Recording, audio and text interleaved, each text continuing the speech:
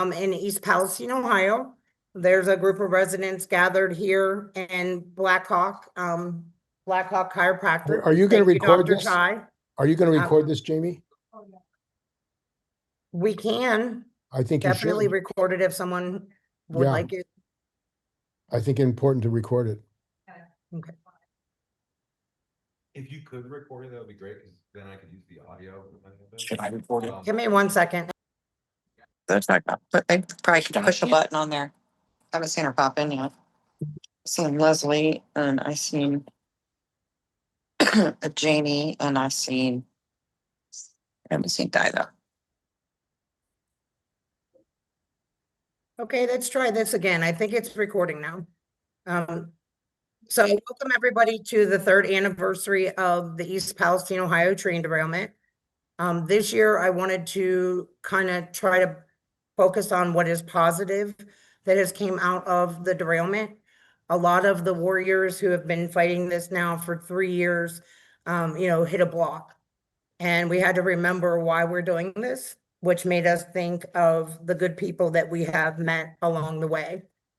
We couldn't do a program long enough to honor everyone that has stepped up and helped East Palestine. We have reached out to just a few of our thank you list to speak to us tonight. And we wanted to hear a little bit about what they have been doing in East Palestine, why they wanted to come here to help us, and what they learned from us as a community. Because I know that I personally have learned so much from them. So on the first panel, we're going to discuss a little bit about human health. And our first speaker is going to be Dr. Gollum. Dr. Gollum is from the University of California. She is doing a study here in East Palestine, and she has been a huge part of our community since the derailment happened. Dr. Gollum, are you on? I am here. So should I just go ahead? So I guess, yeah, go ahead. Take it away. Jamie suggested that I address 3 issues, why we got involved, what issues have we addressed, and what we've learned about East Palestine from the residents that data alone can't tell us. So I'll do it in that order. Regarding why we got involved, my career has really been motivated by conditions where people are suffering and feel like the scientific and medical community are not really helping them. They feel unheard and unhelped. And that has led to work, among other things, for Gulf War veterans, a group that experienced a different mixed toxic chemical exposure. And we heard the same messaging in EP that we heard after the Gulf War. Everything's fine. There's nothing to see. Nobody's really sick. At the same time that people were clearly saying, wait, we're sick. And there was a lot of erroneous reasoning involved. There was a lot of sort of single chemical, these levels are allegedly safe, even though not every chemical was tested, much less in every time and place. There also are not good quality safety data for many of those chemicals. And even for the agents for which we have the best quality safety data, which we call drugs, even after significant animal and human testing, when they're fully approved for use in the open market, a third will ultimately be removed, have box warnings or other regulatory actions, and almost none of these chemicals have had that kind of testing. And then also really the big issue is that it's a mixture of chemicals and they don't behave the same as a lot of as individual chemicals. They compete for detoxification mechanisms, inhibit each other's detoxification, and then the same mechanisms, things like free radical damage and injury to the energy powerhouses cells occur for pretty much all chemicals. So those add and synergize across chemicals and can easily surpass toxic thresholds. It took a lot of time to learn from the Gulf War. It's been 3.5 decades now and a lot of funding, and we wanted to be sure we benefited from the lessons that have been learned there. Different veterans experienced different chemicals, but they had a shared profile of illness.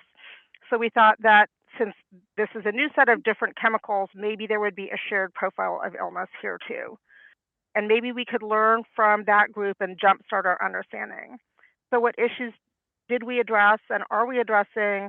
Our goal is not just to track illness and tell people, yeah, you got sick or yeah, you died at higher rates. It's to try to actually help reduce illness. So we're interested in the nature of the persistent health problems, We're interested in objective markers and how they're tied to illness. We're interested in the new health conditions and diagnoses that are being reported. And for all of these, so far, they're a match to Gulf War illness, suggesting that the same mechanisms are involved, these mechanisms that transcend chemical class and build across different chemicals. We've also looked into what can people actually do to reduce their risk of illness, what practices can they modify, and our next step is to initiate a treatment trial, a pilot study of coenzyme Q10 versus placebo. That was a treatment that benefited Gulf War veterans. CoQ10 is a vitamin-like substance that's made by the body, but often not in sufficient amounts, especially if there's chemical exposure. And it helps both as an antioxidant and is directly involved in cell energy production.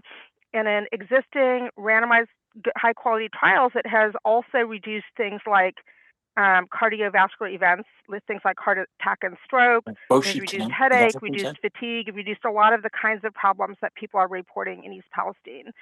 So if people are interested in that, hopefully people will reach out. Our website is golamresearchgroup.com, and then you can also contact us at grg-ep@ucsd.edu, the EP, of course, for East Palestine. In terms of what have we learned from the residents that we wouldn't have learned from data alone, first off, the folks in and around East Palestine are amazing. The people that we've met are just amazing, smart, committed. I'm not sure whether to call out names if people want to be named or not, so I'll err on the side of caution and not, but a lot of really amazing people that have shared wonderful information, people who are committed to their community, who have tracked health issues, who have served as creek rangers. We've learned about the multiple challenges, many of which are shared with Gulf War veterans and some of which are unique, because with Gulf War veterans, it was usually one family member that was exposed, and they weren't having to care for children affected and parents affected while they themselves were, and spouses affected while they themselves were injured. We've learned how in this setting, the exposure occurred around the home and the businesses. And understandably, people are concerned about their finances because we need money to live. And so the financial interest didn't want attention to health issues because they were concerned about their business, while other people wanted health transparency. And both of those are injured groups. There's health injury, there's business injury, but this led to rifts and splits in the community that led to additional anguish and challenges for people. We learned that there wasn't that much help that came. Even basic things like clean water and air filters for air were not really forthcoming, which was a bit of a surprise to me, much less things like, moving expenses for people to get out of the area. We learned that people have high uncertainty about the future, a lot of loss of trust, very understandably. And we watched as health problems unfolded and people we knew early who began to have more and more health problems in some cases, with, in many cases, poor access to the type of specialty care that they really needed. And we learned that people in East Palestine had to make anguishing decisions. Do I abort this pregnancy for fear that my child might be affected?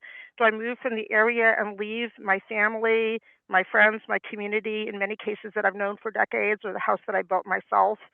And so that's some of the kinds of things that we learned from the folks in EP, but most of all, really, what an amazing group of people.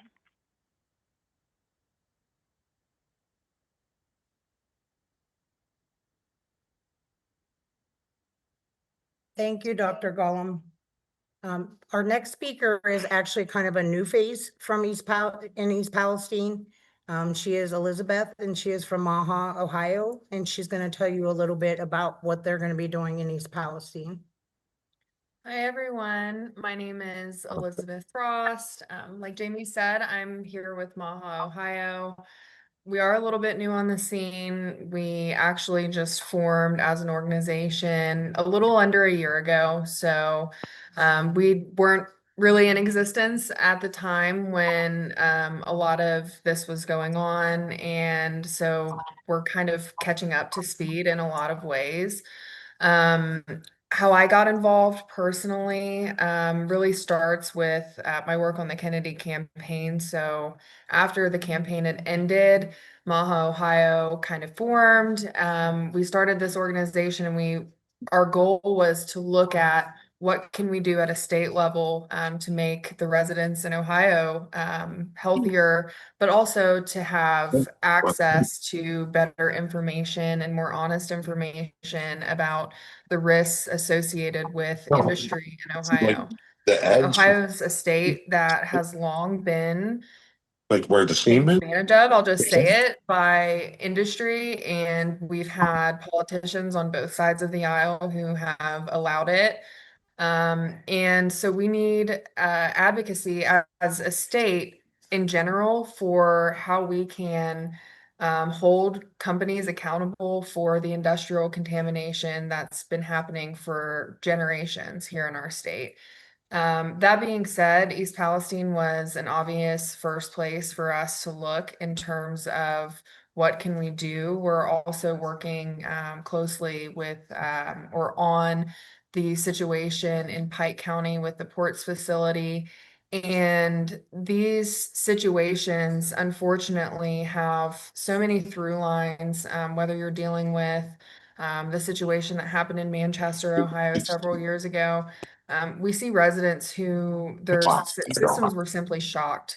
And these chemicals and combinations of chemicals are too much for our bodies to handle in certain situations. And so what I hear often from residents and has really just stuck with me is that, a lot of this damage might be done, but we don't want this to all be for No, I'm nothing. part of the class. And so we're coming in not making any promises. For one thing, I'm not a scientist, I'm not a doctor, I'm not a researcher, I don't work in the government. And so I don't have a lot to offer in terms of promises, but what I want to do is learn and to advocate and to help be a voice for what we're hearing from residents in this community, because there's so much of this story that's just not getting out, and it's just not getting through. I'm a lifelong resident of Ohio. I was born in Adams County, and I've spent most of my teenage years and adult years in Scioto County. And so I've certainly seen a lot of industrial abuse and, a lot of getting away with it in my life. But it really shocked me last year when I came to East Palestine for the first time in July and heard directly from the residents just how truly ongoing this situation is. So what I'm here to do is to learn, to advocate, hopefully get the right people listening and involved in this conversation. And I hope to be engaging with the community a lot more. And, I think that there's really a lot of positive room for connecting people and really spreading this message. I think that where there is hope in such a dark situation is that where people haven't really heard the full story, there's a lot of opportunity to connect the right people in this conversation. So that's what I hope to do. Thank you, Elizabeth. I appreciate you coming down to hang out with us today, and you might not have a lot of power I'm right hungry. now, but one day, I'm telling you, she has that ambition in the fight. And thank you, Dr. Gollum, for being such a huge part of our community, and helping us understand what multiple chemicals do to the body. And I truly hope, with you leading this research that we can end up with some of the help that you have gotten for our veterans. So from the East Palestine community, I truly When you thank send Scott a message and afterwards. everyone else that has contributed to trying to help us understand So many what questions. has happened. Interrupt them. Maybe they'll have a question session later. Well, thank you, Thank you, Jamie. I want to let the somebody next that's on the panel, line we are know that going, they should oh, mute their first, I'm sorry, does phone. anyone have questions for Elizabeth or Dr. Gollum? What was it you want to know?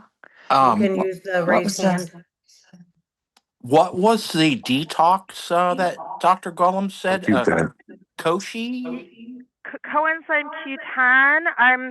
It could be called a detox, but we don't actually call it that. It's something that does help reduce the injury from many, many different chemicals. There are innumerable studies with innumerable chemical classes in animals and cell cultures showing reduced chemical injury. But the main thing is that it reduces the key mechanisms of injury that that really transcend, i.e. go across different chemical Is this the classes, no form matter to what their ask? mechanisms are. Ask Dr. Gollum? Yep. And I should mention that It'll be there the people are afterwards. wide and put it on. differences if you go out and buy supplements that are antioxidants, especially for coenzyme Q10. A lot of them are not very bioavailable, so you do need to be very careful if you choose to go out and do your own, to buy one that is actually making its way into the body. Go. Can you spell that? Could you please mute Yeah, your mics if absolutely. you're not speaking? Yeah, could you? Yeah, Please mute people your who are on the mics. line should mute their mics. Yeah. Coenzyme, COENZYME, and then the letter capital Q, and then the number 10. It also goes under the name ubiquinone, UBIQUINONE. There's another form called ubiquinol that some people think is better, but actually, for this kind of setting, we never hear anybody say they get worse on ubiquinone, but we hear a few people say they get worse on ubiquinol. So we don't use the ubiquinol form. Okay. What type of coenzyme Q10 do you suggest? Well, the one that's been used in our randomized trial in Gulf War veterans and in our current larger one, and that was used in many of the studies that showed reduced, heart attack, strokes, reduced all-cause mortality in patients with heart failure, is a brand manufactured in Denmark called Pharmanord, PHARMA, capital NORD. They now have, offices in the United States. And the product that we're using in our trial is called Bioquinone Gold. That's their version of ubiquinone. And that's the brand that we're using. There are some other good brands too, but a lot that are really just, it's a hard product to make bioavailable. So a lot of the versions will say they have a certain number of milligrams, but almost none of that is making its way into your body. Thank you. Thank you.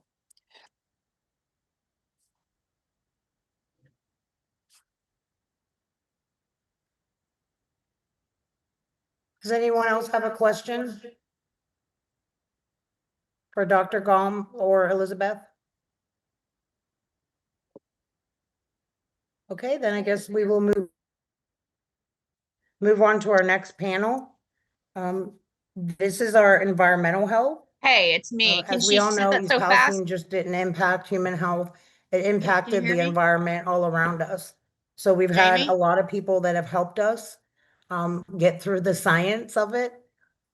I in particular hate science. Didn't want to know about chemicals, but I've been forced into this world that I didn't know. So the first thing I did was try to surround myself with people that did know what was going on with our environment, with experts that could analyze the testing and to do the testing for us. So with Jamie. that, our first speaker will be Scott Jamie, Smith. 1 second. Jamie? 1 second. It's Win. Can I get that company name again? She said it so fast, I was trying to type it. Where she got the QQ10 from. Sorry. Pharmanord, PHARMA, like pharmacy. Yeah. And then N like November, ORD, which is basically the Nordic term for north, or Scandinavia, NORD, Pharmanord. Okay. And what was it? The Bioquinone Gold is what they Perfect. call Thank you so that much. product.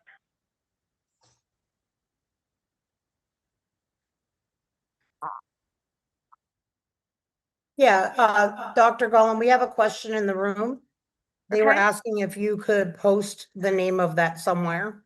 And if you send me the information, I can get that posted up on our Gollum Research Facebook page, and I'll also Okay, perfect. post it on my personal Facebook page for anyone that is interested. But right now, the East Palestine treatment study is enrolling. So if you want to get involved with that, just let me or Dr. Gollum know, and we can get you hooked up. And just so you know, everybody that is in the study, it's placebo controlled, but everybody will have a phase where they get active treatment for 3 months. But you'll also have a phase where you get placebo for 3 months so that we can see if people actually get better than on placebo. Yes, Scott. Thank you, Dr. Cullum. Thank you. Scott? Yes, please I'm here. on the call, Mr. Scott Smith. Yeah, can everybody hear me okay? Yes, sir, we can. Yeah. First of all, I want to say I promised, Courtney Miller's family and her mom that I'd never let her be forgotten. And I know we've got people from other communities. And if it weren't for Courtney reaching out to me, I may not be sitting here and we wouldn't have made this progress with bringing all these people together. And I always want to acknowledge that. And I posted a tribute to her today, which I will do on every anniversary. And she reached out to me on February 17th, and I was on the ground on February 22nd. I thought I'd go for 2 or 3 times like I usually do, and now it's 34 times and 38 rounds of testing. And I recently was with Brian Reeder, and I said, what really started and what we learned on the ground with Courtney and all the great members in the community that I worked with is that this is one community. There, when you look at this, chemically impacted communities, Jamie, it's one community, and there's a movement that's building from Conyers, Georgia, to Roseland, Louisiana, to Moss Landing, to Piqua, and now there is an ongoing disaster in Florida with text messages coming in, and this movement there is no stopping it at this point. And what I've really learned from all of this is the power that you have. And I want to, like I said last night, I want to say it again. Those community members, starting with Courtney, are some of my top heroes. And I want to say the community, one of the most humbling, honorable things I've been able to do is introduce people from communities. And because of you residents in East Palestine speaking up, you prevented EPA trolls in Conyers, Georgia, Roseland, Louisiana, in Moss Landing. You've been able to educate people on, class action attorneys and everything that went on, and you literally are saving lives and protecting health. I just want you to know that. I see it every day when I'm on the ground traveling and doing what I can do. And it's really incredible. So be loud and keep connecting with all these communities. And I also want to say, I want to thank Government Accountability Project and Leslie Pacey for reaching out to me when I became a whistleblower client. And I'm blessed to be a very small part of an incredible team. Robert Crodel came out as a whistleblower. And Jamie, when we first met, whoever thought that Stephen Petty would come forward as a whistleblower, who was the expert from the class action attorneys. And now Kevin Garahan, the story is out and it's going to air on News Nation extensively in about 20 minutes. Kevin Garahan is no longer the anonymous whistleblower that has been quoted in that EPA surveillance press release from Leslie Pacey. And he was 40 years out of Washington, D.C., senior level risk assessor, health risk, and he knows how to analyze this stuff. So my point is, this is an incredible, incredible team. And one of the things that I was thinking through, I like to think out of the box, is that we may want to put together a panel with all the different parties involved. And I'll get to that in a minute. But I also want to say that Dr. Gollum has done incredible research. And am I correct, Jamie, that she did not get any of that $10 million funding? But she did apply for the grant and she was not awarded. Well, and this $10 million funding and everything, I have a question for you as a community to think about. Just think, you could have given 100 people $100,000. Would that have changed their lives? Or you could have given 200 people $50,000. And you as a community need to start questioning the grant overhead, where it's going, the narratives coming out of the community and all the different nonprofits. You need to question that and understand where all that money is going and who's making that money. And where I'm headed with this whole thing is, maybe you take all these communities, you take and have a panel. And I got to talk to Leslie and Gap about it. Maybe you have a panel down the road where you invite Dr. Gollum, Aaron Haynes, and you invite Mom's Clean Air Force, you invite EPA, and you invite class action attorneys like Seth Katz and Jane Conroy. You invite attorney Mindy Bish, and we have a big panel and talk about this and all these communities, and we have everybody come in, and we even take one of the judges from the East Palestine and swear everybody in under oath under the penalties of perjury. I just wouldn't want to be there when if Mark Durno gets sworn in, or some of the class action attorneys with the lightning bolts. But anyway, I'm serious about this because there needs to be public discourse in a respectful and professional way, because we all know there's been systemic failure across all, elected officials. And what you're seeing come out tonight in the news, the contamination's gotten worse. We know where the hot zones are in East Palestine.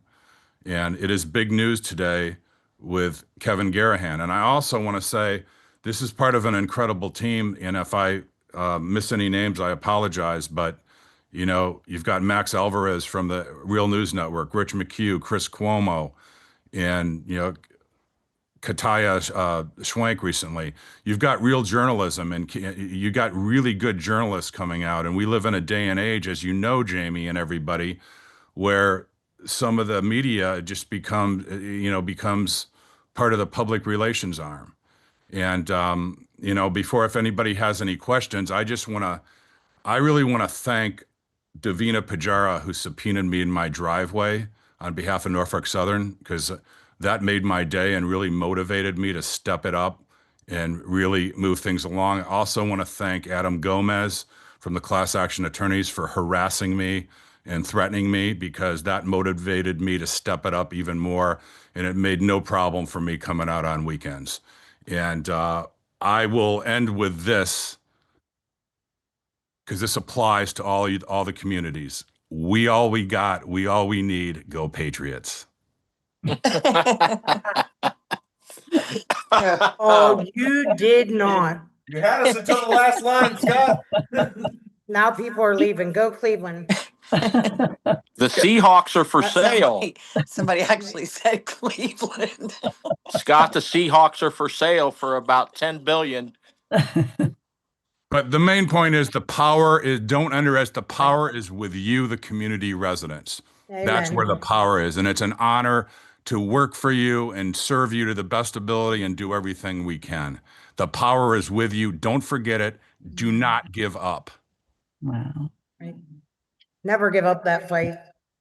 Thank you, Scott, for all you've done for our community and for all the other communities that you've been helping. I love that Scott gets like I do. You challenge him and he's going to prove you wrong. And that stubbornness has done us both some justice. And I do agree. It's almost like we formed a dream team, is what I call it. Different people have come in and claimed to be helping. Some people haven't truly been helping. It was just that appearance. So we found some trusted people that were all doing it for the right reasons. And I feel like now going into communities, it's a powerhouse that our government is going to have to deal with. So with that, speaking of powerhouses, we have Leslie Pacey on the call. Leslie is with Government Accountability Project. And I always say anything we tell Leslie, she believes and finds the proof of. We knew some of this stuff was going on, but we just didn't know how to do the FOIA request and to dig through them the way that Leslie does. So Leslie? Yeah, thank you for inviting me, Jamie, and it was great to see everybody yesterday. Thanks, Scott, for hitting upon most of the points I was going to hit upon. So I'm done. No, I'm just kidding. Just teasing you.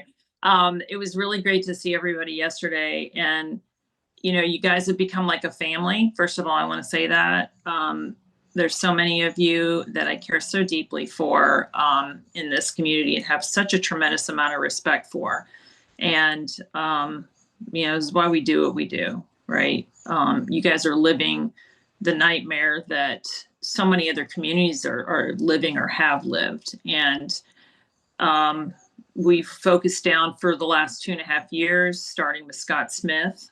We came into the community and we looked at what he was finding with dioxins and that the EPA wasn't looking, and that's how it all started. And it kind of snowballed from there. And now we have multiple whistleblowers because we are a whistleblower organization. These whistleblowers have made a tremendous difference in terms of the body of knowledge, at least, and what we know about how the government mishandled the situation. It looks like purposely, but they mishandled the situation. We're constantly finding out more information thanks to these brave whistleblowers. And thanks to the residents that work so hard behind the scenes. And, I think we have a great sense of community just based on what, this unfortunate thing that happened. And it's, I'm just thankful to everybody that I've met, some of the best people I've ever met. I was just telling somebody today, I said, are from that area, from East Palestine. You guys are like incredible people, smart, crafty, just really good hearts. And it's an honor to work with you guys and try to get at the truth and hopefully create some change. Part of what we do is work with Congress and we work with these whistleblowers to get the truth out and hopefully create some change. So we're going to still work on that for you guys. But I really don't have a ton more to say. We did just come out, like Scott was saying, with a whistleblower that we've been working with for a year now. He's a career EPA scientist, and he finally is going public this evening on News Nation. And thanks to Rich McHugh for covering it. So I'm just thankful to all of our whistleblowers. And every time I find something out about East Palestine and how EPA or another federal agency has mishandled things or fraudulently tested, or I think it's so important just for the public record of what's going on in East Palestine, but for all these communities that have been chemically impacted that are suffering. And so anyway, I'm very thankful to know all of you, and I'm very sorry you're going through this. Last night was the town hall that was taking place with Rich McHugh was one of the most powerful town halls I ever witnessed. And it was very moving and very sad that 3 years later, despite the body of information and these great souls that have come forward and how hard the residents fight for healthcare and for relocation and for their neighbors that are getting sick and dying, that 3 years later, we're all still sitting here, not getting help. So that's the ultimate goal. We'll keep fighting for you guys. You can always reach out to me. And thank you, Scott, for being the catalyst that started all of this with the whistleblowers in East Palestine. And I want to say one more thing too. Courtney, I got to know Courtney pretty well in the short time that, she was fighting the good fight like you guys are. And, absolutely heartbreaking every time we lose somebody. So you guys take good care of yourselves mentally, emotionally, physically, do the best you can. And we love you. And that's all I have right now.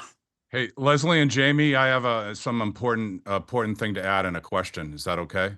Sure. Jamie, can you hear me okay? Of course, yes. Yeah. Leslie, and this is like for everybody to see, this is what I would call and say tomorrow with Kevin Garahan, and I think Media Max is in the room. Important questions. When I think with Kevin Garahan now and 40 years at EPA and what I've been talking to him about with risk assessment, like you've seen WFMJ and some media repeating that dioxin study with Aaron Haynes. We need to respectfully engage and ask questions because they're dismissing these dioxins. There was like 18 people, and Kevin's got a lot of good points. So we should start asking questions and educate the media like Max so he can ask them questions. And I watched some media today with Hillary Flint and Jess Kennard, and they're talking about testing like all the problems are going to be solved. To the best of my knowledge, there's no comprehensive dioxin testing or any, or what are they looking for in well water. So the issue is it all starts by asking questions and taking this expertise and asking them, because with $10 million, $100,000, they could do comprehensive dioxin testing. Any thoughts, Leslie? Yeah, I mean, maybe, we've taken the corporations, Norfolk Southern and EPA, and put their methodology under the microscope. Why don't we do that with these universities that are receiving our tax dollars? Yeah, because there's this all revolving grant thing with the EPA, and we know, and all these grants flowing around and with the EPA. So it's a great point. So people got to hear us have a live discussion of what I was going to call you about tomorrow.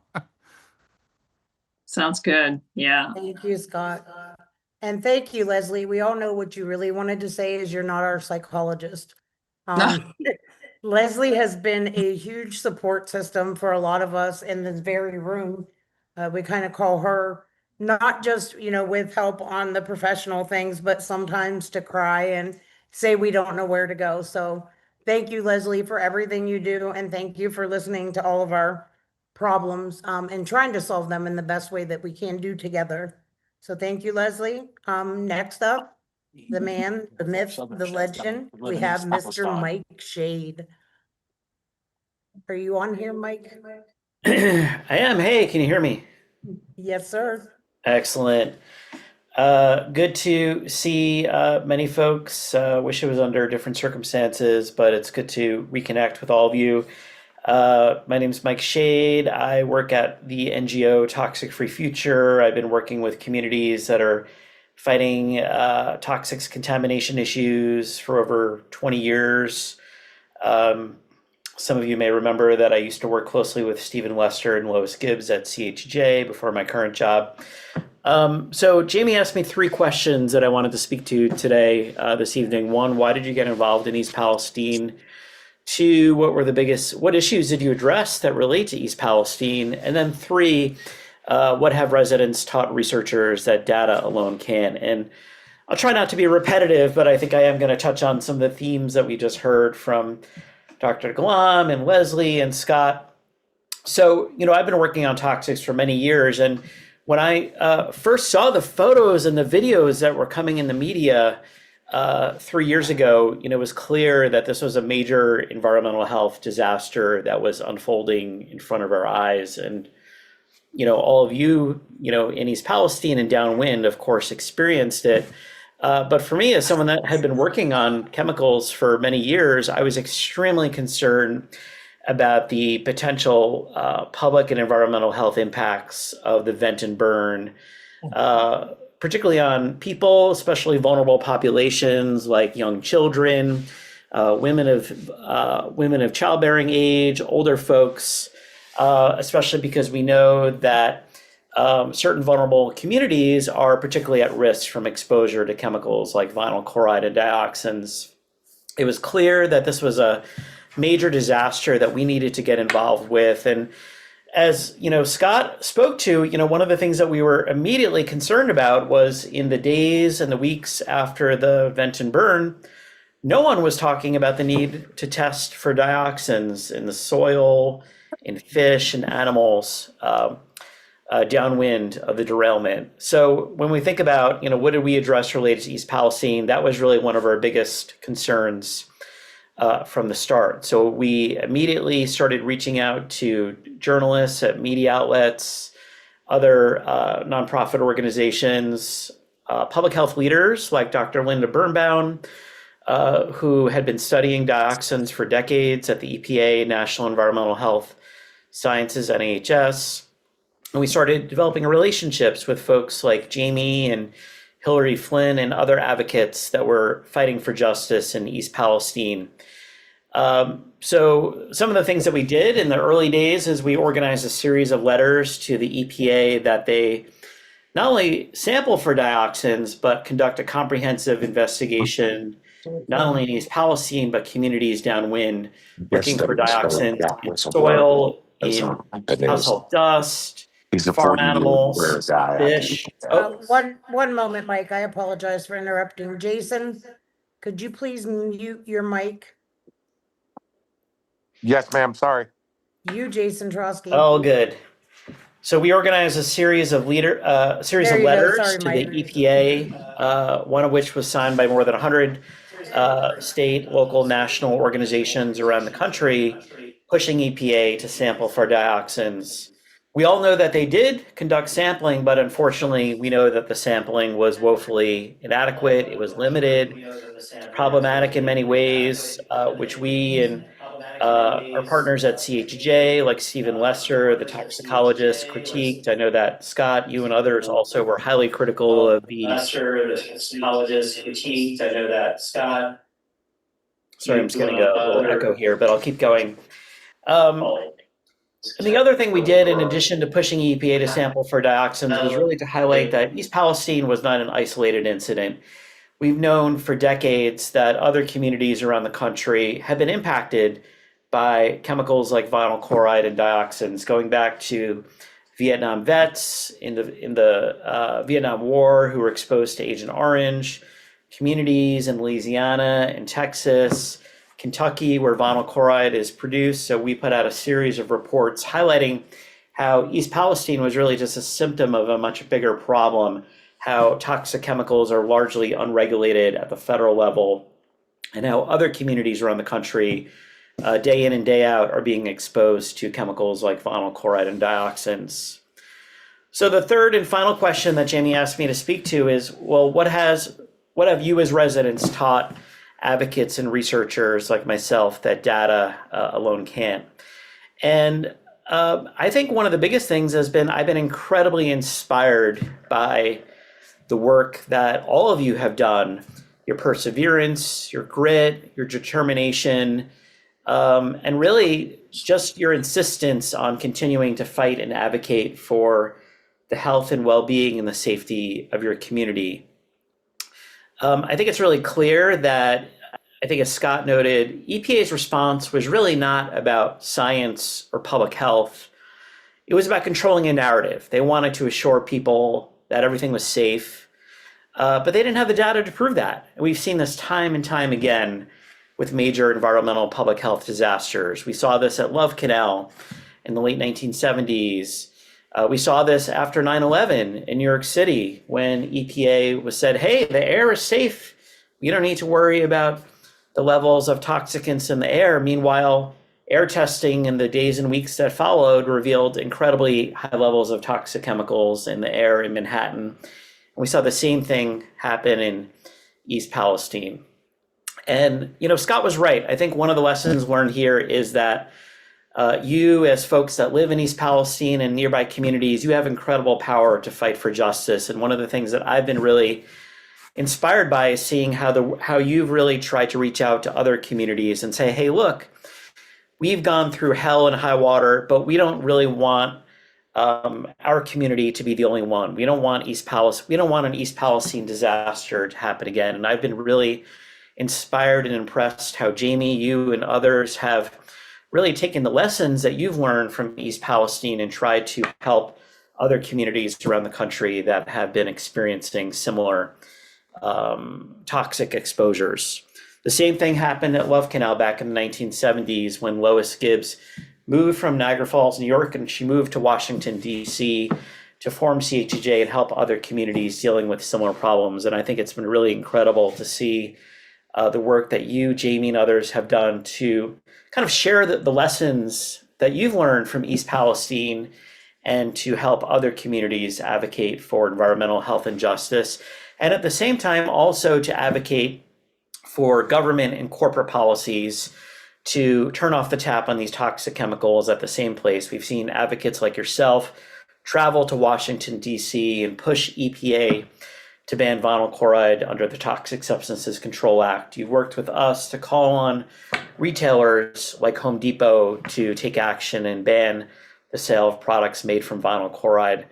So I think the lesson that I've really seen has just been how incredibly powerful it's been to see you raising your voices, not only fighting for justice in your own community, but to advocate for and help communities around the country and fight for government and corporate policy so that no other community has to experience what you've all done.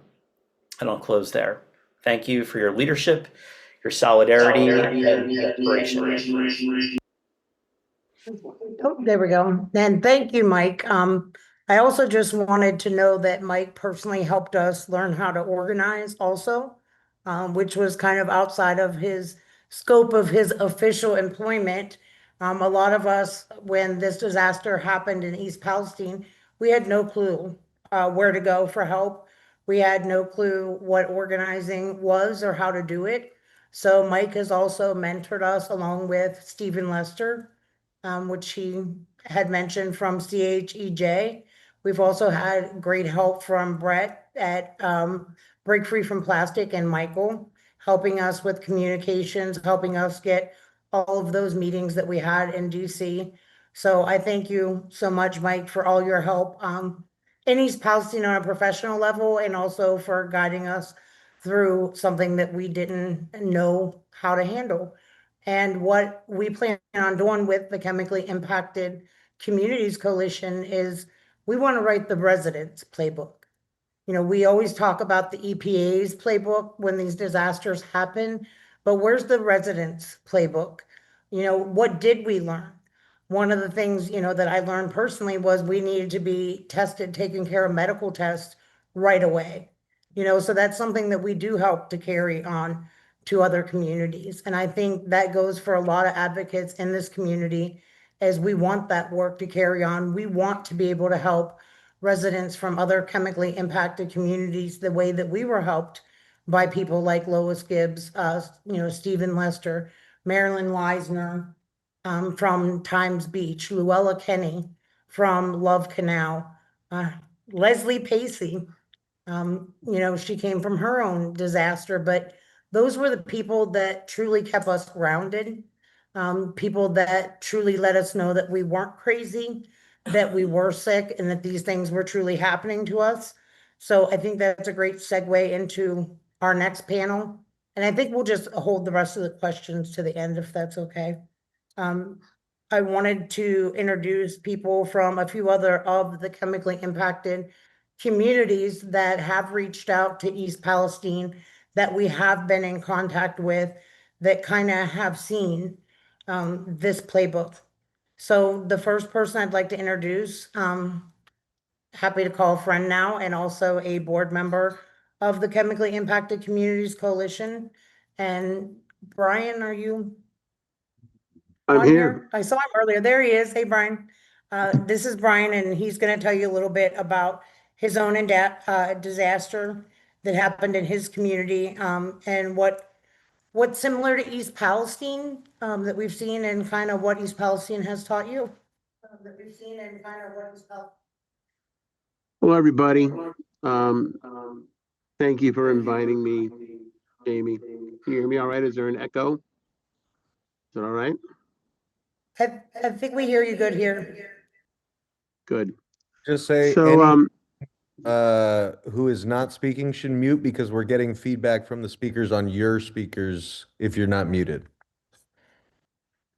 let's do this. Hold on. This will help. Is that better? Yep. Good. All right. So thank you very much, Jamie, for inviting me to be here, introducing me to CICC. Thank you for coming out to Moss Landing. For those who don't know, Moss Landing is an enormous power plant located on the Monterey Bay, where I am right now. In fact, I'm looking out across the water at Carmel and Point Lobos. Moss Landing, up until a fire on January 16th of 2025, was the largest battery energy storage facility in the world. And they had a giant building there with 300 megawatts worth of storage. And it caught on fire, and it underwent what's called thermal runaway. And we still don't have an exact count of how many batteries burned, but over half of them burned. And a huge cloud went up and spread all over the community, full of enormous amounts of vaporized heavy metals and other toxins. Scott Smith has been out, I think, 3 times now. Thank you, Scott. I call Scott Superman. I'm sure many of you can relate to that. And he's done testing for dioxins, which we found, of course. Hundreds of people got sick, thousands breathed in what those of us who got sick breathed in. We abandoned our home 12 days after the fire. There are still hundreds of people in the area that was most heavily affected who can't leave. Seniors, veterans. I'm sure this sounds familiar to a lot of people. We were lucky we were able to get out. In the past year, we've liaised with experts all over the world. The fact that this was a battery energy storage facility means that it's an industrial disaster, but also a bit unique. Nothing of this scale has ever occurred. We were fortunate. We have a lot of scientists here because of the Monterey Bay. This happened literally right on the edge of where most of those scientists work in the Monterey Bay Marine Labs. We've been able to speak to a lot of people. Stephen Lester's name came up. Dr. Gullum, her name, of course, she's been here. And so there was a lot of curiosity because nothing like this had ever happened before. People know what's inside these things. Unfortunately, 5 days after the fire, the EPA came out and said that they hadn't detected anything. And so everybody should go back to sleep. And we all, from our own personal experiences, I think know that that's not what actually happened. For the last year, we've been trying to get the EPA engaged. The way I put it is that the county's overwhelmed and unable to address what's happened. They've tried. Good people there. We have one supervisor very involved in this issue, but people want to move on. We literally have the Pebble Beach AT&T golf competition in 2 weeks. I'm actually on the property right now. It's another world, and people don't want to be aware of what happened just 30 miles from here. We're the fruit basket of America. Most of your strawberries and blueberries come from here. Raspberries, artichokes definitely came from here. All of those are gathered in very close to where this fire happened. So the state has run away from this issue. They're very committed to carbon neutrality. Our group, Never Again Moss Landing, wants to see that happen. But the technology at the heart of this is very dangerous and very volatile. The lithium-ion batteries are very toxic. And then the feds have just misled the public, flat out misled the public. Jamie made the point earlier of the best part of this and the positive part being the people who she's met. I echo that. Many of you on this call are people that I've met. The people in our community that I didn't know before this, I'm so grateful for them. There's a group of about 10 of us at the heart of this effort to get answers, to have some level of accountability. Dozens and hundreds more have helped out, excuse me.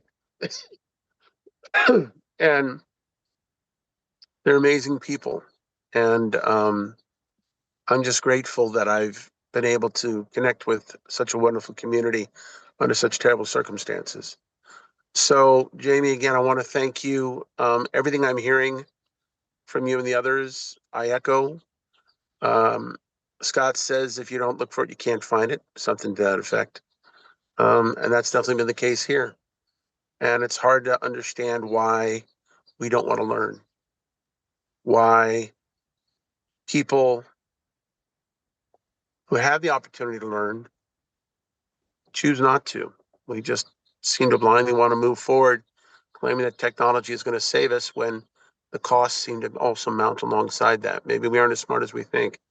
Maybe our solutions aren't as complete as we'd like to believe. I have had my eyes opened to what's happened and what it's done to people I care about.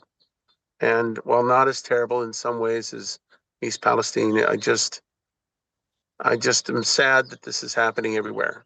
And I hope that Scott's right. I hope that all of us can come together and somehow make a change. It's one of the reasons why I'm still involved in this, even as I try and find a way to put our lives back together, having moved but we're on the path that you're on, which is health and knowledge and engagement.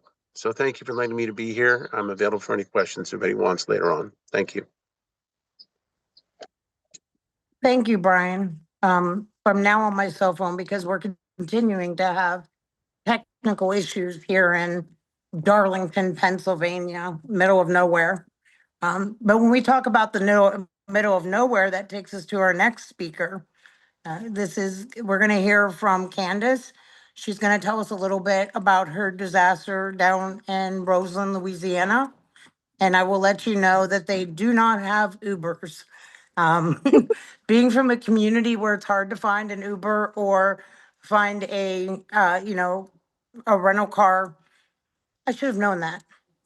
But you're probably one of the communities, kind of like Moss Landing. I was surprised how much farmland and how beautiful it is. And so with that, Candace, I'll let you talk a little bit about what happened to your community. Okay. I don't know. Can you guys hear me? Yes, we can. Well, like Jamie said, I am from the small little town of Roseland. I did not grow up there. I'm originally from New Orleans, and that was supposed to be like our little retirement, just like out in the country in the middle of nowhere. We're out in the country, out in the boonies, with trees surrounding us, and maybe get a couple of chickens and some goats or something, and what started to be our dream quickly turned into a nightmare. Oh, it connected.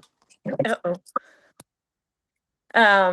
So I had just had neck surgery when all this happened. I was just like a week out from my neck surgery. I had a disc replacement in my neck, so it's kind of hard for me to like even swallow or move, much less, be worried about all this explosion stuff. But so the Smitty's oil and supply blew up. They caught fire. One of the tanks caught fire. So sorry, I'm just a little bit overwhelmed here. I have since then had to take a break from all of social media because I've just been going and going and going at 30 miles an hour, 60 miles an hour here and there. And it's been really rough. It's starting to take its toll on our mental health. And that's just one of the few things. I mean, aside from actual symptoms, my daughter went to the school that was a half a mile from the disaster site.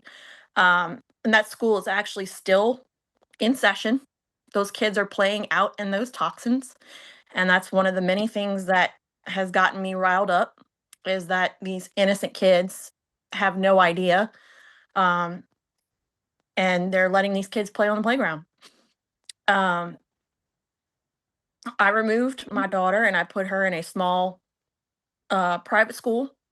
But there are many families. I mean, Roseland is not a rich town. I mean, they don't even have, they don't even have a stoplight. They have a caution light. That's how small it is. I mean, if you blink, you'll pass it right up. So there's a lot of other communities surrounding Roseland that have also been affected by all of this. And with the way that the wind was blowing that day, depends on who was affected over the next several weeks to months. They're continuing to pump into the Tangipahoa River unlawfully, and it's been awful. It's been a giant nightmare. And I'm still advocating for these kids. I'm still trying to educate parents, and as soon as I'm up to date on knowledge on things of what we're finding, and trying to inform these parents, and some of them just don't even care to listen, and it's been scary. I've been talked about behind my back, been called crazy, and I'm not one of those conspiracy theorists. This is real life. This is and people are not taking this lightly. My daughter has had symptoms. She started with random nosebleeds, and she had never had nosebleeds before in her life. Um, Respiratory issues. Um, I am currently having health issues myself. It's messed with my hormones. I have to go get a hormone panel done to check my hormones, and I know that's probably, that's one of the many symptoms that that we were advised to keep a lookout on, is to look for hormonal disruptions, and it's definitely caused that in me. Um, I mean, every day it's been a fight to try to get coverage. I mean, we've been censored like crazy. Um, our posts weren't getting out for a while, and then we started just tagging news stations left and right, and finally started to get a little bit of news coverage. Um, I'm still working on getting these parents on board, and it's really hard to get, we've gone to the school board to tell them, what's going on, but they don't take us seriously. They go by what the EPA says, and we all know what the EPA is saying. um it's just it's frustrating, and that's really that's really all I got to say right now. Is I'm just frustrated. No, Candace, I appreciate you. Um, Hold on, let me shut this off. I appreciate you speaking today, Candace. And I think you're taking a lot of people back to where we were at the beginning of our own disaster. Um, I know a lot of people in the room are hearing what you're saying, and they know exactly what it feels like to be in that position. And you really need to make sure that you take care of yourself mentally. Um, and the one thing about, all of us fighting together and being a big community is when you're too tired to fight, you can rest assured that the rest of us are still out there fighting for you. Whether it's me here in Ohio, whether it's Arlene down there with you.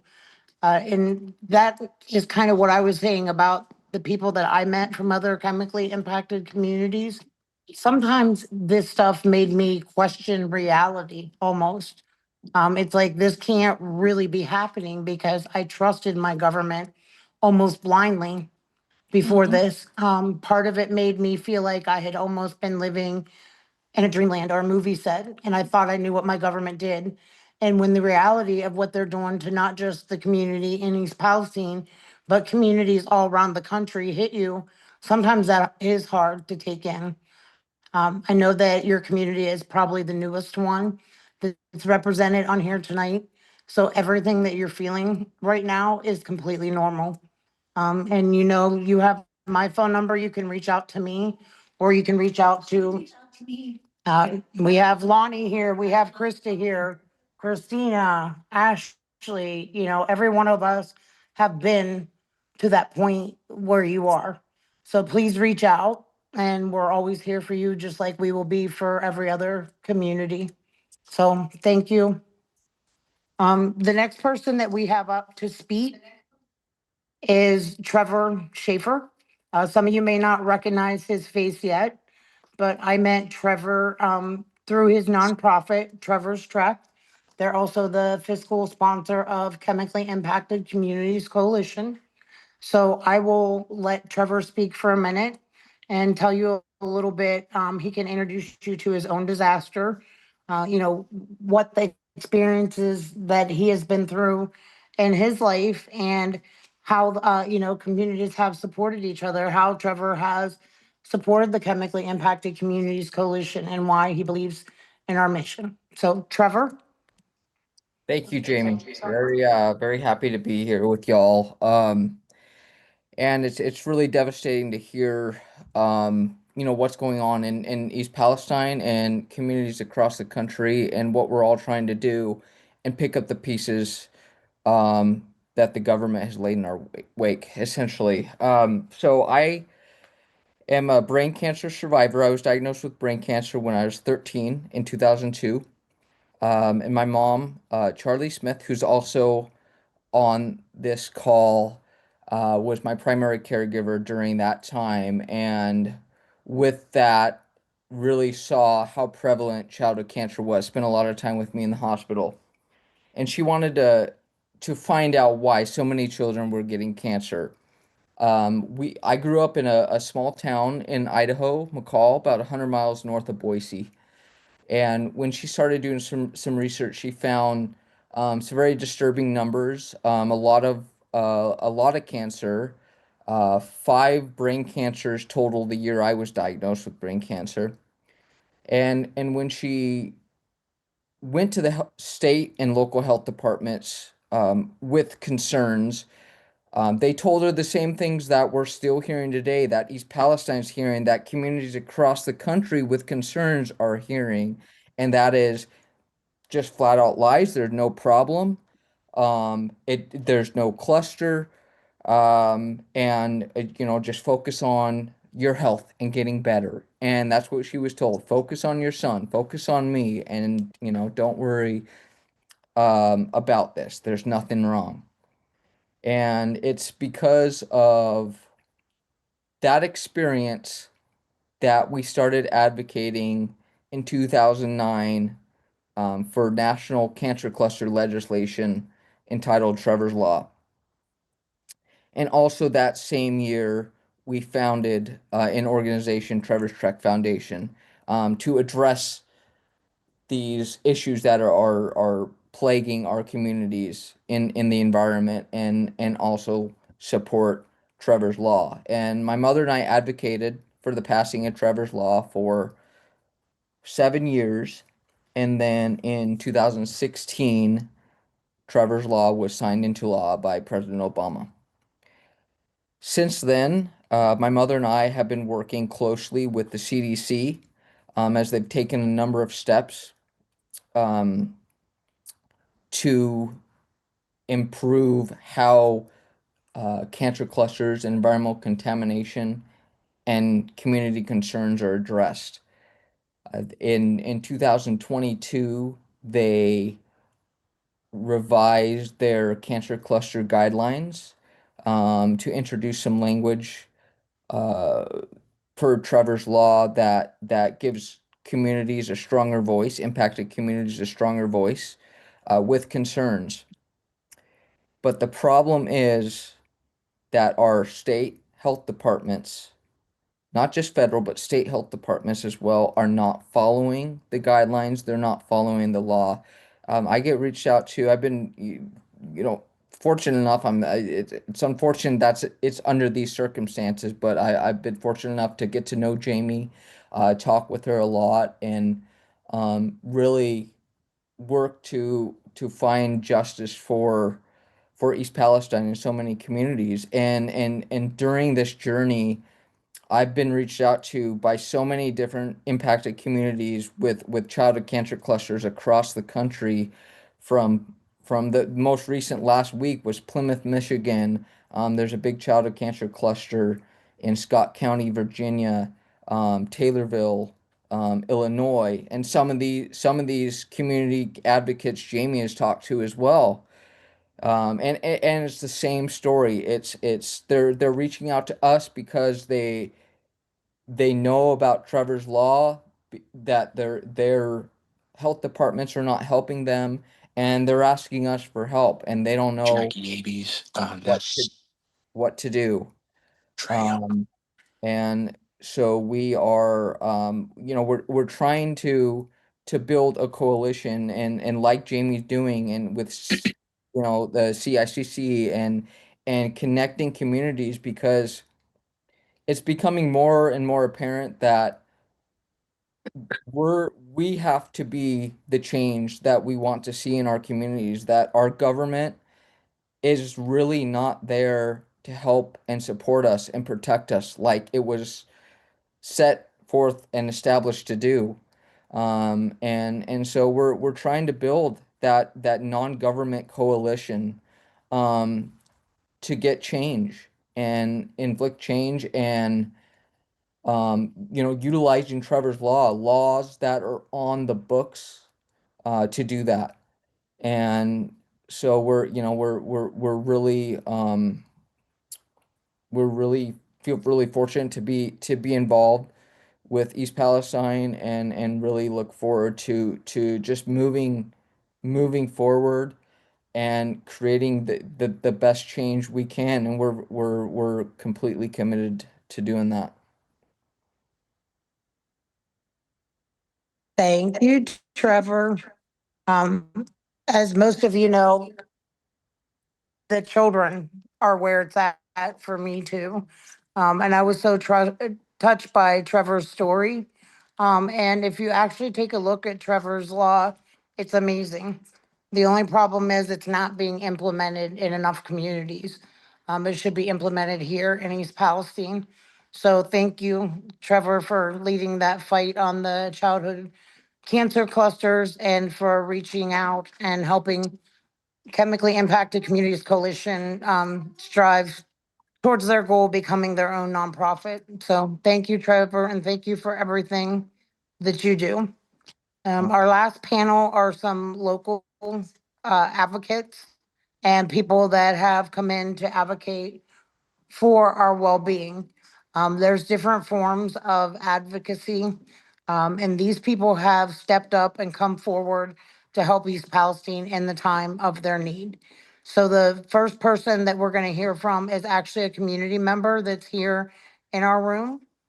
So with that being said, Krista is going to come up and speak to you for a moment. Give me 1 second. I can.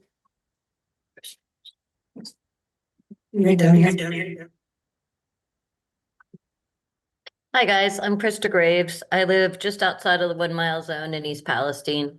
3 years ago, we were watching Disney movies with my 1-year-old grandson. Saw that there was a derailment. We weren't real sure. We didn't expect what was to unfold. They were still saying there was some malt liquor. I set up a new bed that night that subsequently got contaminated. So I kind of found my voice when I saw that things weren't lining up. I remember there was a lot of confusion on who was supposed to evacuate and where. On one map, I was supposed to evacuate. On the next map, only the very tip of my road was. Where my parents live was the same way. Like one house over was evacuated, but if my parents had been home, they would have been landlocked in. It made no sense. And that kind of set off alarm bells. I remember when Trent, it was on the news, I think it was on February 7th, and there was announcement that there was talk of a 1 to 2 mile buyout. And I went, "Ooh, something's really, really wrong if we said that." That's what made me start to dig in. And I saw people getting bullied online for being concerned, and I have never put up with that. I try really hard to stand up for what I believe is right. I don't like to see anybody harmed. And that has connected us with so many wonderful people in our community. People, some of them I went to school with as a little child, and we kind of drifted apart, and we've become very close again. Other people we did not know. And then I met Marilyn Leisner. I wanted to know from somebody who went through this, what was it like? What did you actually experience? Because I couldn't find the research I was looking for to know, like, how many sets of this cancer and how many sets of that. I thought there would be PDF files everywhere, well organized, and we would be able to see what to expect. And she became a very big source of information, history, and what to expect. Maryland is the last mayor of a small town in Missouri, Times Beach, Missouri, that was a dioxin contamination that was bought out completely.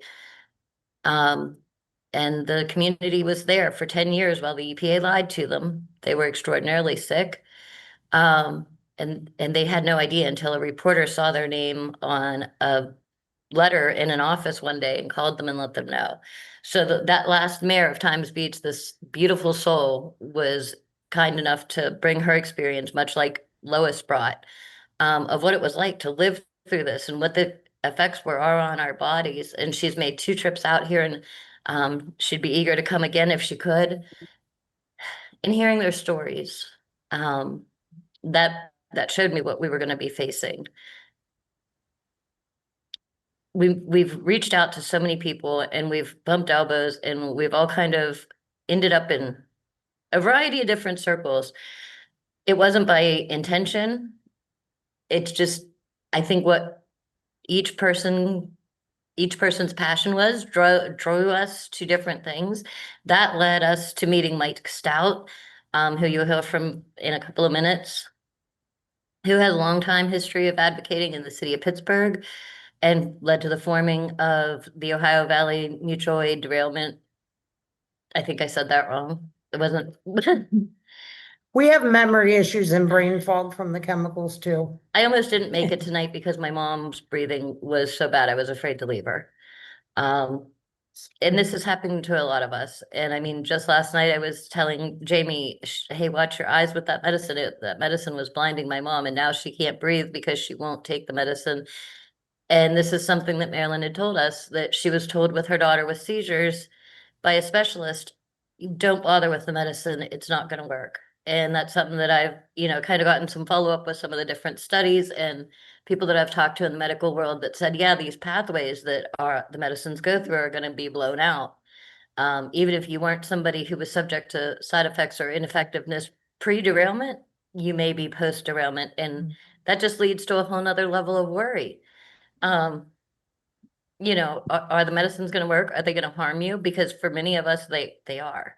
And nobody understands that. Nobody in the medical profession around here will acknowledge that. 2 weeks ago, we tried to get a new inhaled medication for my mother. The pulmonologist was very nice and kind of went over, like, okay, I'm going to give you this one instead of these. It doesn't have this ingredient. It should be better. And here we are 2 weeks later without it. And we're dealing with that in so many aspects where we're not sure when to leave somebody. We're not sure what we have from one moment to the next. We lost my dad unexpectedly a little over a year and a half ago now. And it's going to keep coming. And I don't want to see it happen. I don't want to see it to happen to any one of our community members. I think we need to learn a better state line response, because they did a real good job of keeping the narrative to these Palestine city limits. Another thing that really caught my attention in the beginning is Nagley wasn't being spoken about, and I evacuated through Nagley. And I was like, oh my God, I couldn't see. And then that brought my awareness to Pennsylvania I had loved ones at about a quarter of a mile that were blocked in their driveway until Sunday night by the State Highway Patrol. This has been so mishandled, in my opinion. It's endangered so many lives. And in my opinion, the longer we are still here in this environment, the longer we're putting ourselves at risk. I think there's a chance of improvement once we get out.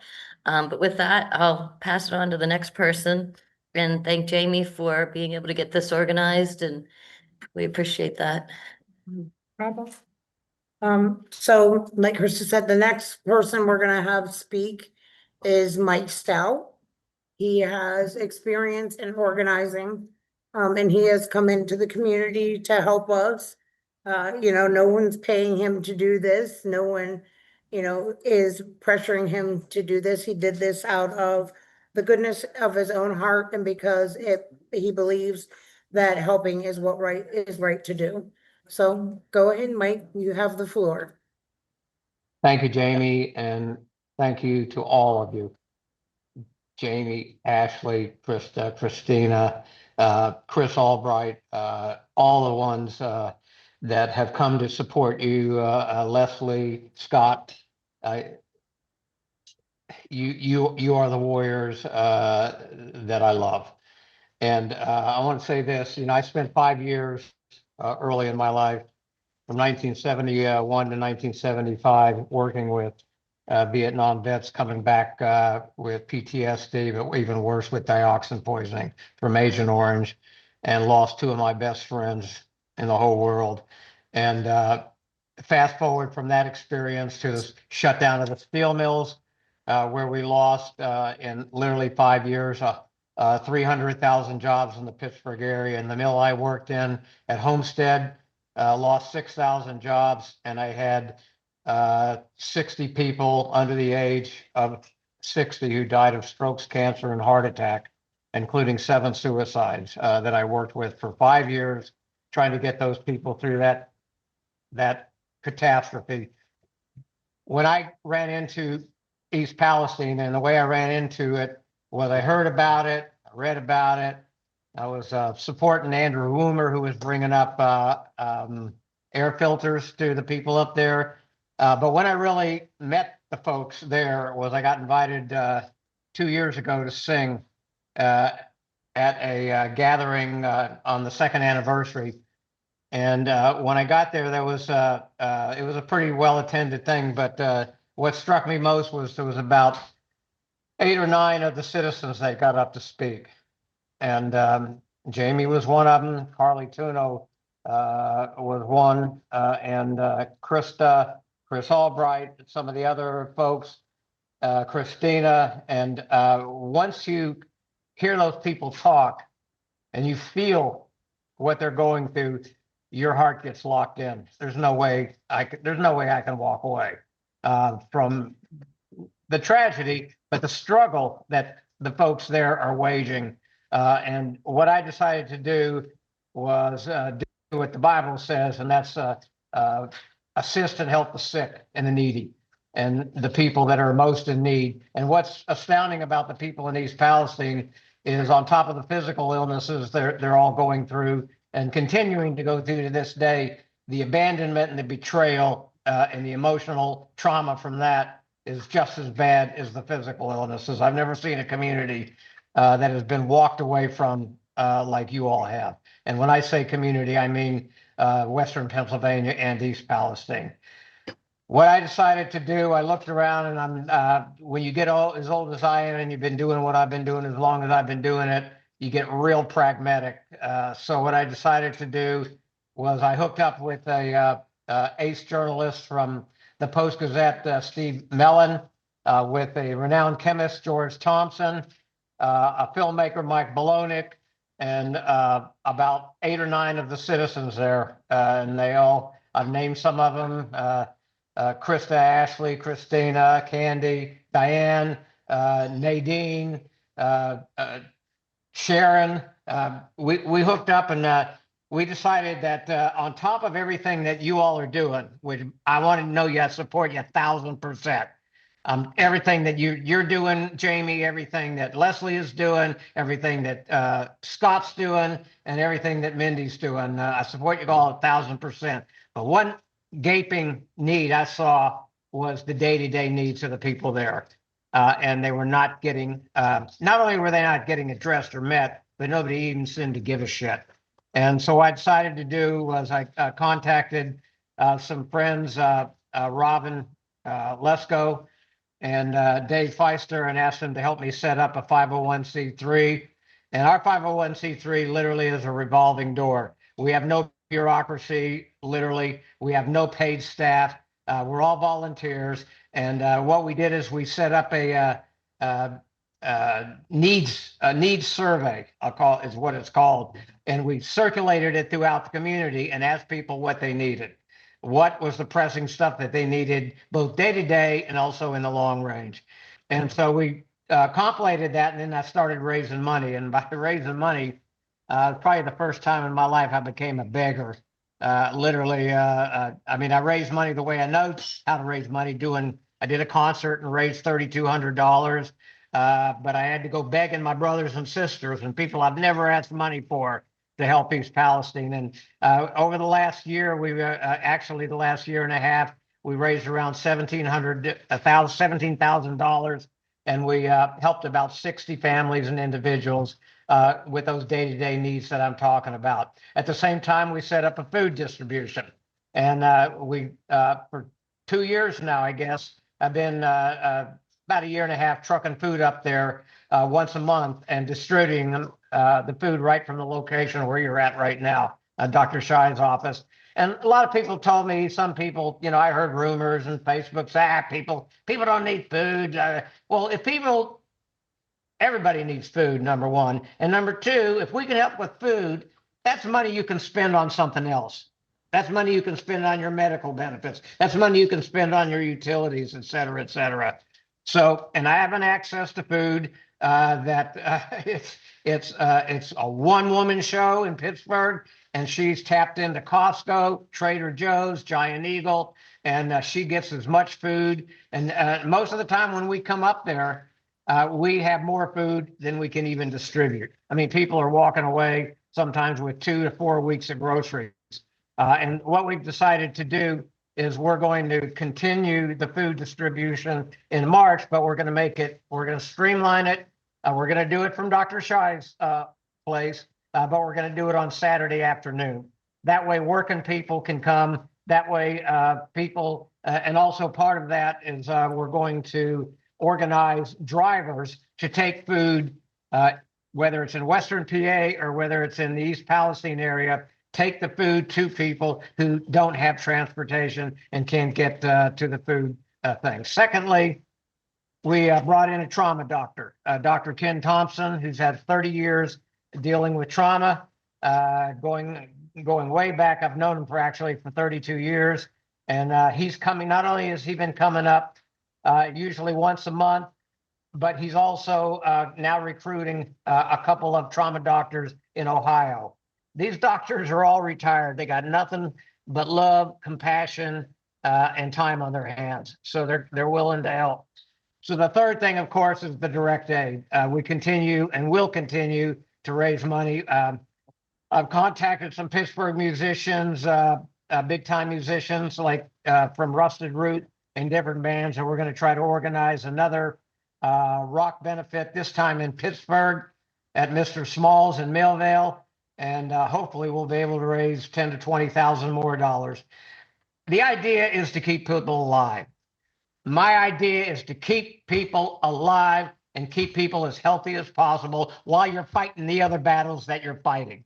It's that simple. And secondly, and you all have said this, secondly, we need to get this in front of the public. I know there's a lot of you that are doing a lot in that regard, but we haven't even touched the tip of the iceberg here. You have people, I would say 70 to 80% of the people in Pittsburgh and Allegheny County don't even know what's going on in East Palestine is going on. And if it wouldn't be for me and Steve Mellon and others screaming in their ears day in and day out, nobody would know what was going on. Everybody in Pittsburgh thinks, you all got paid, everything's hunky-dory, rah-rah the EPA. We all know the opposite is the truth. So what our goal is, keep people alive, keep them as healthy as possible, and get this in front of the public where they have to get sick of seeing your faces day in and day out and listen to what you're going through. Until that happens, we're not going to get the big spenders in here that needs to be done, what Maryland got done in times, and that's get you the hell out of there. Some people were able to get out. Most of them weren't able to get out. They didn't. And the ones that do get out, they still got houses in there that are contaminated they got to deal with and pay for. It's a no-win situation for any of you, whether you got out or didn't get out. We need to get some big spenders in here and some big funding in here to get people evacuated. And secondly, to support what you all are doing, and that's find some cures for this toxic. We haven't seen anything like this since 9/11. Scott knows it, and we all know it. A mixture of toxins that George, our chemist, George was just Thompson. He was the only person who analyzed the cars, the rail cars, car by car. And what he found was a toxic mixture of 12 that became over 100 toxic poisons that you people enduring. And nobody outside of this community, and by this community, I mean you all, I mean Scott, I mean Leslie, etc. Nobody's testing for this. Nobody's doing what needs to be done to find a cure and a way for you folks to get on with your lives. And I just want you to know here, I'm committed and I'm here and I ain't going anywhere. And I'm going to fight this fight with you. And my fight is not to lead you. My fight is to stand beside you and walk with you. Thank you. And thank you, Jamie, for inviting me. Thank you. That's the fire I like to see. Tell it like it is, right, Mike? Mike? Yes, ma'am. Well, our last and not least by any means, speaker for tonight is a woman that you guys, most of you guys on the call should know. She is the necessary evil, the attorney. Just kidding, Mindy. You know how I feel about you. You're the one that came in, like you said, the general to lead us all to battle. Probably my biggest regret through my personal advocacy in East Palestine was ignoring the legal part of it. I felt like that was kind of the taboo, the money.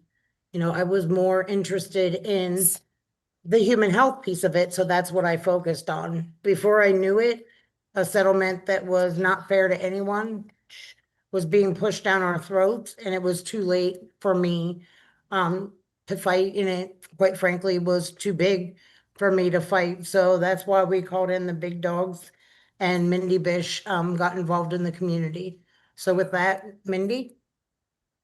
All righty. Hi, everybody. I know a lot of you already on this call from all the different communities because a lot of you are my clients. I wanted to scream earlier, but I didn't. So let me just tell you all, the EPA has not done one bit of testing in any of your communities. Let me repeat that again. The EPA has not done one bit of testing in any of your communities. If we could all stop referring to it as the EPA testing, I think we would do much. Words matter. Let's watch our words. The EPA allows the bad guys to hire contractors to go do the testing. Then they adopt that testing as their own, they sanitize it, they print it on their website to make it look good so people think it's their testing. It is nothing more than allowing a rapist to decide who's going to take the rape kit, who's going to process it, and what they are going to look for. The EPA does not do any testing. Period. End of story. And that is where all the problems begin. They use companies like CTEC and all these other companies who are hired by the wrongdoers to come in. There is a reason that CTEC appears in East Palestine, in Moss Landings, in Roseland, in biolabs in Conyers, Georgia. There is a reason they are continually hired. And it isn't because they test accurately and they burn their employers. So number one, the EPA does not do testing. So we can all stop talking about the EPA testing because there is no EPA testing. First and foremost, words matter. Let's clean up our words. Number two, the reason nobody's talking about any of you is because the class action lawyers came in and did the dirty work on behalf of Norfolk Southern when they hired their own PR company who pretty much, along with the EPA, put a tap down on any getting information out. And that is why this information isn't out there. So what we are doing and what we will continue to do is we are getting to the truth. And we're going to drag out everything. Now, I know I'm the silent voice in here, but I think if we continue to rely on government to make the changes we are looking for, then we have failed to learn the lessons that have been smashed in our face for the last 25 years. The EPA and the regulatory system as it exists today does not work. It is time to move away from that. So I will tell you in East Palestine, what you did is you caused the creation of Seeds of the Future, which is the foundation that we started 6 months ago to address what we see as the gaping lack that exists right now. And you know Caitlin, she's not here, but 4'10" Caitlin has already gotten commitments for money. And what Seeds of the Future is going to do, because that's where the majority of my attorney fees are going to go in these cases, because I'm an old lady. You all pulled me out of retirement. I'm not doing this for the money. I'm doing this for my grandchildren, because I've got 3 of them, so that they have a place to live. And what Seeds of the Future are going to do, which you in East Palestine were the motivating factor, is they are getting together. Scott Smith is on part of the creation of this foundation with the notion of identifying quickly what is the contaminant, controlling, notifying, and cleaning up. There are ways to clean up soil and water. Believe it or not, we are actually in 2026. We are not in 1970. We do not need to be applying the ways of 1980 in cleanups. There are actually ways to clean up soil, to leach out the toxins out of the soil. We don't need to move dirt from here to there and there to there and contaminate more. What we can do is get in and clean it up. So we've made contact with scientists at USC. We've made contact with big dollar donors, because the truth of the matter is, in my talks with all of you, most of you are heartbroken about the idea of leaving your home. You don't want to. And how much land are we going to give away to toxins before none of us have any place to live anymore? The truth is, these industries are not going away. We can try to outlaw it all we want. They'll come up with a new way to manufacture batteries and pollute the shit out of us. We have to come up with a way. We have to keep up with technology. So with new technology, we have ways to contain, control, and clean up. We have to do that, and we have to do it from the private organizations and stop relying on government because it's failed us. Until it can be completely revamped, we are going to be left poisoned and dead while we wait. And so part of what we are doing is we're fighting on 2 fronts for all of you. Number 1, I met with the judge today, and I took over that courtroom for all of you, and we're going to fight, and we're going to take it to all of the defendants. I know some of you are tired. I know you've been fighting this for a long time, and I get it. But you're all going to have to put on your big girl pants and your big boy pants, and you're going to have to get ready for the war that's going to come, because it's coming. And we're ready, and we're going to fight, and I'm going to fight with you, and I'm going to drag you in if I have to, but we're going to go, because it's go time in East Palestine. It's go time. And we're going to go. Number 2, we're going to move forward with our nonprofit. We're 501c3 pending. You have, those of you who've met Caitlin, you know that she is in people's pockets right now, and it's really hard to tell her no. And so we have some pet projects going. We have some scientists. We are partnering up with Robert and the drones to be able to get into those, to take those drones in and know exactly what's in plumes when they are put out. And we have plans. And we will involve as many community members as we can so that you can be part of the fight. So your lessons help others.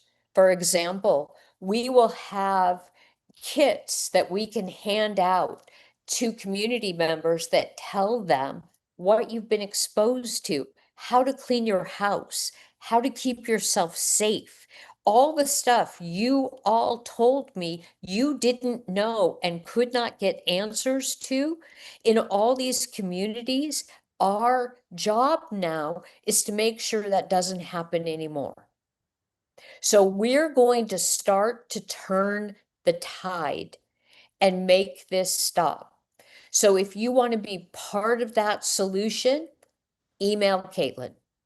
She'll put you to work, but be careful if you email her, because I can assure you, Jamie will tell you, she will find something for you to do. And then you'll be wondering, what the heck did I just do? We are going to create a database and an archive, the biggest archive we can find of all of this data and all of the symptoms. We are going to vote with our voice. We are not going to engage with all the Johnny come lately. I don't care how much money they were given. If they're standing up, they have their new health center in the middle of contaminated East Palestine. Are you kidding me? I get sick every time I go there. We are not going to support other people's egos and what they say they're going to do.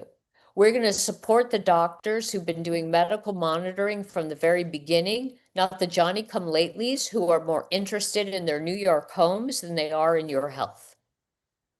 And hopefully, you are all going to speak with your vote in these next elections and start to become a powerhouse in the way that you vote. Because that's the only way they're going to start to listen. Because if you think these people are going to listen to you while you keep revoting them back into office, they are not. You got to show them that your vote matters and your voice matters, or they'll continue to ignore you. And so we are here for all of that. We are here for you. You know that. I come to you when it's freezing. I don't know how much commitment you want me to show other than that. I know they all know my name. By the way, the judge, when I came on today onto the Zoom call, said, Mindy Bish, I've seen your name in newspaper articles. I thought, oh, that's good. That's good. And I got to tell the defense attorneys that we've been working for 13 months and we're way ahead of them today. So, and I got to watch them cringe. Nothing better than that. So, my message to all of you is we're not relying on government, we're relying on ourselves. We are going to be the answer that we are looking for, and we are going to dig. We've got our motion in front of the judge in federal court to not let. Do you know that one of the complaints that Norfolk Southern has from the state of Ohio in that case is that the state of Ohio failed to have their doctors look at anyone who was sick before they gave the opinion that people could get sick? All I thought is, why didn't they just call me? I would have given them all the sick people they wanted to take a look at. This is the state of Ohio. And so we're going to do our intervention. I thank Leslie Pacey for being there for us and working together as a team. And, I've told you all, I don't know where this path is going to take us all. I just promise you 100% of what it is that I have. And we're going to journey this journey together. And we're going to really just go after it all. The Youngstown case is the federal case that the state of Ohio and the federal government filed against Norfolk Southern. It's not in front of the class action lawyer. You should see the transcripts of the federal court judge asking the state of Ohio and the United States, don't they want to reopen discovery in order to give him all of this newly found information? And Ohio, the state of Ohio, and the federal court and the federal government telling the judge that they don't think any of it is all that important. Everything discovered in the FOIA request, all of Scott's testing, all of that other stuff, they all told the judge they didn't think it's important. So we have, along with the Government Accountability Project, have filed a motion to intervene, and so that we can provide the judge with what he's asking for. So my hope is that Norfolk Southern gets really tired of hearing my name. So you can see the motions and the replies online. We also filed a motion in the class action lawsuit asking that people who wanted to opt out of the personal injury be allowed to opt out based on basically based on lies and fraud on behalf of the class action lawyers. You can find that on Pacer. You know, they were very offended that we alleged that they actually hired Arch Carson to come in and say that there was no cancer risk. And then we provided a copy of the emails that we were able to find in our reply brief. So that's still pending. Besides the fact, you might also want to, for anyone who's interested in the betrayals of the class action lawyer, take a look at the the December 5th transcript from the Epic hearing. Or if you want, you can contact me. I'm not feeding you. Go away. Sorry, that is the Siberian Husky who just wants to talk to me. The December 5th, go away. The December 5th hearing where the class action attorney told the judge that the $25,000 was just an example. All right, fine. I'm leaving the room. You bark. Where they told him that the $25,000 that they had promised everybody was really just an illustration. It was never meant to be something that people should have relied upon. It's on pages 8 through 12 of that transcript. In the event that you want to take a look at it, feel free, mbish@keenanlawfirm.com. I'll be happy to provide it to you. And it is the final betrayal as to why people who thought they were getting $25,000 ended up getting checks for $8,000, a third of what they thought they were going to get. So if anyone who is with the press is interested in really digging in to the class action lawyers and their part in selling out all of East Palestine, I got the goods. Be happy to provide it to you. That's all I got, Jamie. Thank you, Mindy. Are you running for president? No, hell no, I'm too old and my past is too checkered, Jamie. No, I think you can do it, Mindy. You can't possibly have the worst path. Oh my God. I keep telling y'all, I didn't become an attorney till I was 33 years old, and that's because my 20s were fun. Amen. So, Mike, did you have a question for me? You're muted, Mike.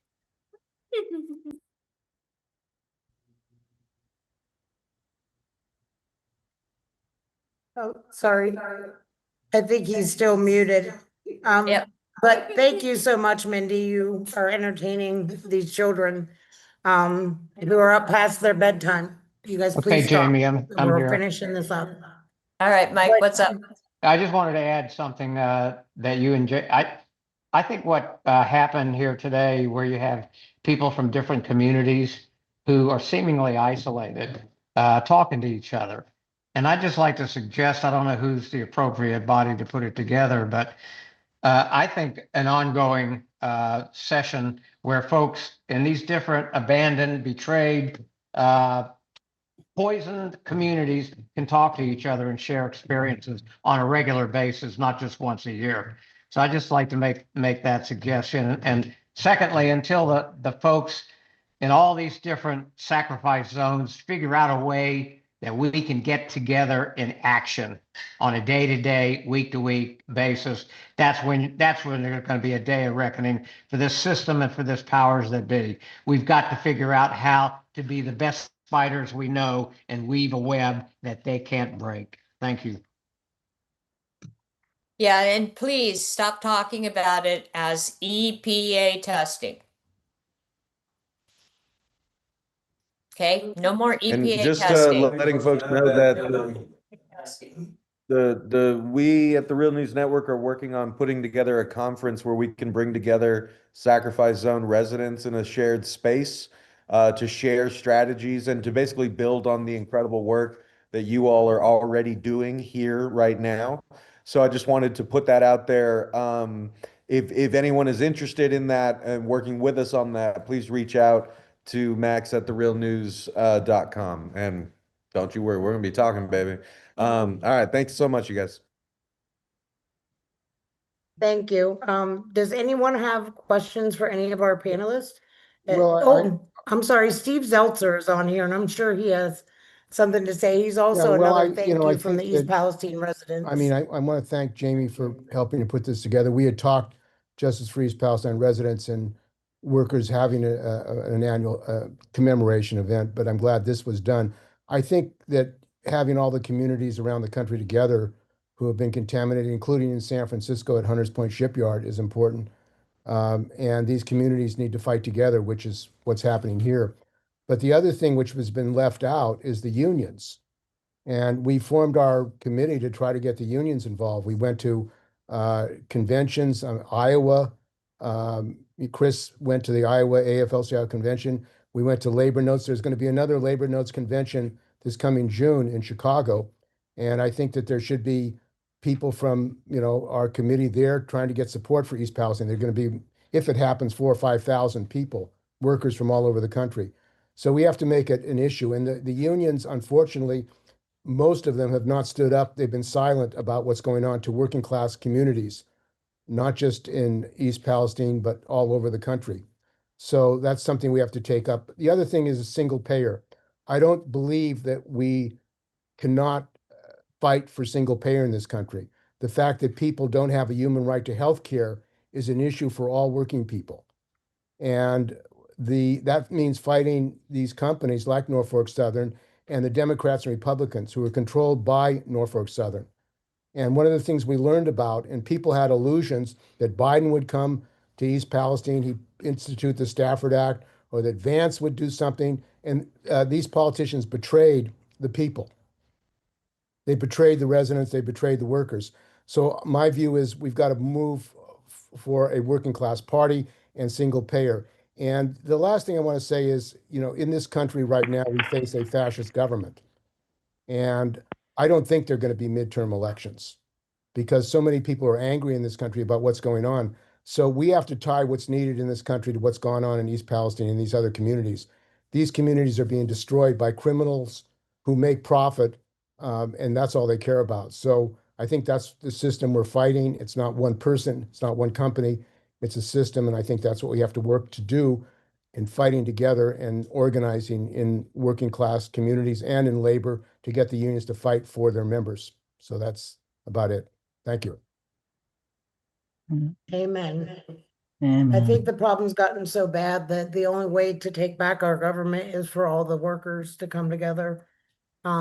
Steve knows I come from a union background. I was my president, SEIU 1199, shout out, at Cleveland State University. Do we have anyone else that wants to ask questions?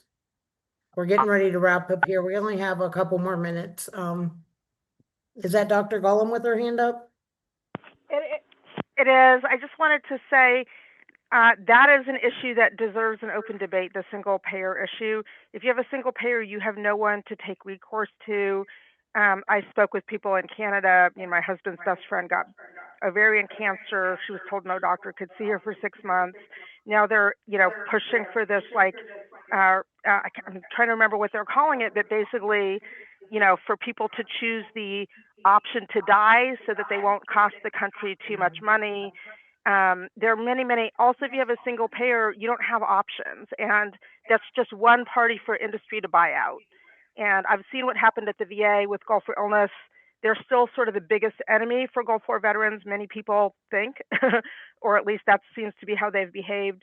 So there really is a serious discussion that's needed before people think that a single payer system is a good system. Thank you. Do we have any other hands up? See, I don't think I see any, so I guess I'll just end this by, again, just offering some reflection on the good things that did come out of the derailment. These amazing people that have spoken tonight. I probably would have not met any of you if it weren't for this disaster. So thank you guys for coming together and thank you for helping us. I also want to thank Dr. Chai for always letting us use his space, not just letting us use his space, but him and our other Creek Rangers for sacrificing their health to try to help our community.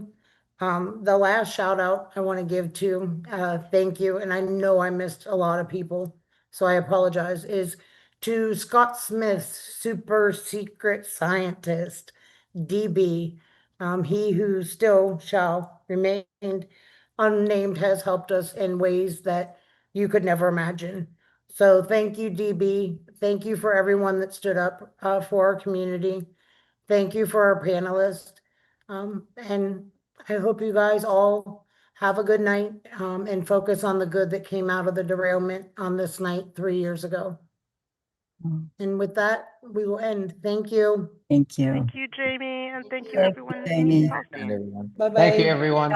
You guys rock, all of you. You're amazing. Thank you. Bye-bye. Bye-bye. Bye. Thank you. That was wonderful. Bye.